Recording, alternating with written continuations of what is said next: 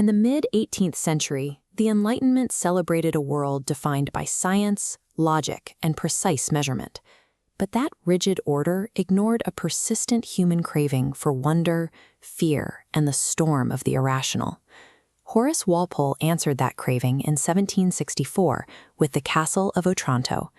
He wrote it as a cultural rebellion, a story designed to reconnect readers with the darker, suppressed parts of the human experience.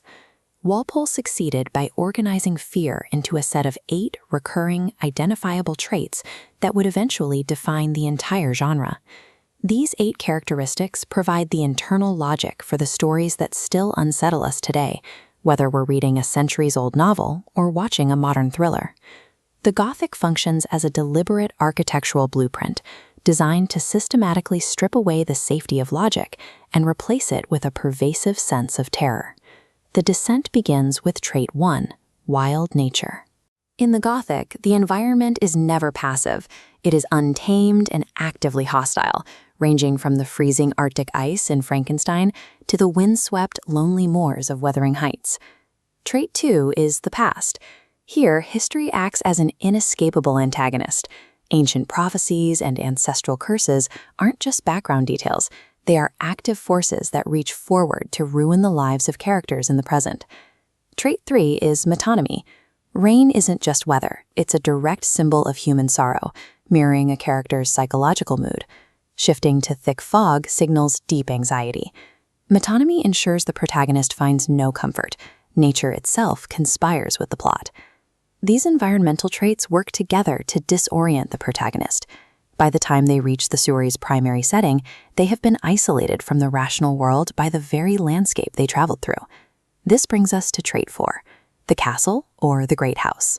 This imposing stone fortress is the core image of the genre, a physical manifestation of a barbaric medieval past that has suddenly erupted into the modern present. The heavy stone and labyrinthine corridors are designed to dwarf the characters, making them feel small and entirely powerless against the weight of the building itself.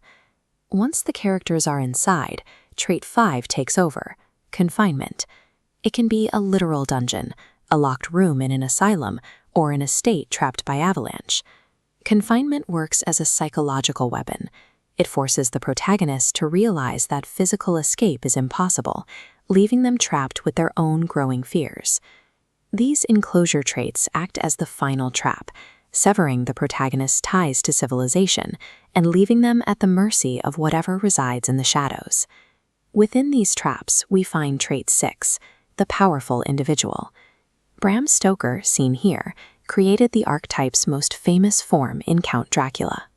This is a brooding, dominant figure whose raw animalism imposes his will on everyone around him. This individual is often linked to trait 7, the supernatural. This illustration of a vampire attacking a victim highlights the visceral nature of these threats, though sometimes the ghosts are eventually revealed to have a twisted, rational explanation. All these traits converge on the final goal, trait 8, the sublime. This is the experience of an intense emotional terror that completely overwhelms human logic. The sublime makes the protagonist feel small, bewildered, and totally overpowered by forces they cannot hope to control or understand. The supernatural elements and the powerful villains exist to do more than provide a shock. Their purpose is to systematically push the protagonist's mind to a total emotional collapse. At the peak of the experience, the Gothic reveals its true function as a psychological mirror. Authors like Mary Shelley used these stories to force readers to confront the depths of human vulnerability and the consequences of unchecked ambition. That original 18th century blueprint mutated over the following decades. As seen on this timeline, it branched out into Victorian penny dreadfuls, the Southern Gothic of the American South, and eventually the modern psychological thriller. Settings and aesthetics have evolved, but these 8 fundamental traits remain intact because the anxieties they target, isolation, helplessness, and the weight of the past, are universal.